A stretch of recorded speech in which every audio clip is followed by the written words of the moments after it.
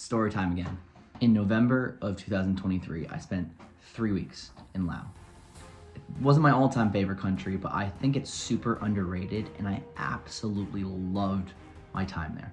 Part of it is because it's not quite so developed as some of the other countries in that region that are more heavily traveled, like Thailand or Vietnam. So not only is there a really authentic feel to it, but there's a bit of a wildness, a bit more of a sense of adventure, sense of danger to it. So there were several brushes with death that I experienced in my time in Laos. The first one, it wasn't actually my life that was on the line. That is the story I'm going to share with you now. This happened on one of my first days in Laos. We were in Luang Prabang, which is the old capital and still a hotspot for backpackers to go visit. Myself and a group of friends I made along the way had come in down the Mekong River on what they call the slow boat.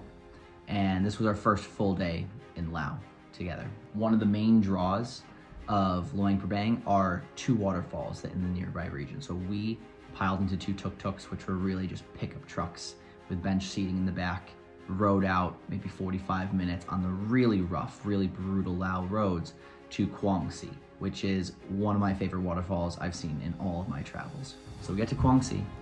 We spend the day swimming in these different watering holes because it's multiple layers to this waterfall, finally leading up to the really big one, which is just one of these powerful streams of water that you stand in front of it and you're just gonna get barraged by wind and mist. Super powerful, super cool. We climb all the way up a nice slippery, muddy climb to the top of that waterfall where we can oversee a beautiful view of the entire region. Really, really incredible. It is time to go. So we pile back into two tuk-tuks, we're driving back. And as we're riding back, we see a motorbike crash. It looks like as we're passing two foreign girls on the side of the road, a couple local Lao guys are with them trying to help. And one of the girls had a really distinctive head of hair, big curly hair that could only have been this girl Roby who we had met on the boat down the Mekong as well. Now I think it's important to note here, I'd already heard that ambulances are almost non-existent in Laos. Hospitals are few and far between. If something happens to you, you're basically fucked. So I nudged my friend Eric next to me. I'm like, I think that's Roby, because he knew her as well. And he's kind of like, really? Yeah. So I bang on the glass to get the driver's attention. I'm like, pull over, pull over. So he pulls over. I run, flip-flops slapping against the pavement. I probably looked ridiculous. And I did, actually. My friends told me afterwards I did. We get to Roby and her friend Mariel. And I see Mariel first. She's crying. Her arms scratched up, her legs scratched up. But overall, she seems fine. And I ask her what happens. She tells me they're both on the same bike and they rounded a corner, didn't have time to stop for this massive pothole that was in the way. And so their front tire went in, they flip over, they both go flying. So I turn to Roby and I ask if she's okay, and Roby doesn't respond. Roby is holding her head in her hand and her eyes are unfocused. She's just staring in front of her and she's just rocking back and forth, eyes unfocused. And so I ask her again, you okay? She doesn't answer. So I turn back to Mariel. I'm like, did she hit her head?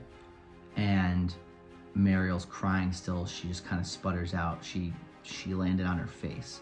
As soon as I heard that, my heart fucking dropped, because all I could imagine was, brain trauma. Like I couldn't see how bad the head wound was, but there was blood coming from between her fingers. I'm picturing worst case scenario, like her head could be cracked open and she could be dying in front of me, literally. No more questions asked. I sprint back to the tuk-tuk. Pull around. I'll pay you anything you want. We need to get this girl to the hospital right now. So he starts to pull around. I get back and I tell her, hey, ambulance is on the way. And as soon as I said that, something snapped. And she kind of looked at me. All of a sudden, a moment of realization on her face and just awe, disbelief. Tommy? And she turns to Eric. Eric? Slowly, the shock wears off. She starts to come back around and she pulls her head away from her hand too, and we start to realize it's not life-threatening. One of the Lao guys, he pulled out his phone and with very, very broken English and a bit of Google Translate, which is always helpful these days, he's able to explain, we actually do have an ambulance ambulance on the way. It's coming and we'll get to a hospital soon. Ambulance came, we got her into the ambulance, she went to the hospital. We saw her the next morning. She was concussed. She had broken her shoulder. She was all scratched up, just like Marielle. She was actually gonna go to Bangkok the next day to get a second opinion at that hospital since it's a much better one. She did end up being okay. She didn't require surgery, and so she was able to continue her trip after this even. So mild speed bump, but there ended up being a happy ending to it. But that really set the tone for Lao. That's how we started, was a near-death experience where I literally thought one of my new friends was gonna die. But the funny thing about this story is, this was just one part of this massive day we had. You know, in the morning we'd woken up at 5 a.m. and gone to see monks collect alms for the poor. And then we had a nice wholesome morning going to a breakfast and then a morning market and some temples. This was the middle part, a bit of adventure in the middle after the wholesome morning.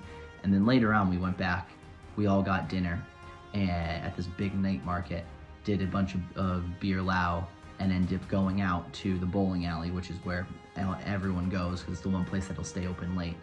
Bowling, archery, ping pong, drinks, dancing, you know, a lot of fun, and we all partied our ass off for the rest of the night. And that's how a day on the road can be, is, you know, wholesome adventure, near death, and party all on the same day. If you enjoyed this, give it a like, give me a subscribe. I'm gonna keep doing these every week. I'll even try to do them more often than that. Okay, that's it. I love you, bye. My life be like, ooh, ah.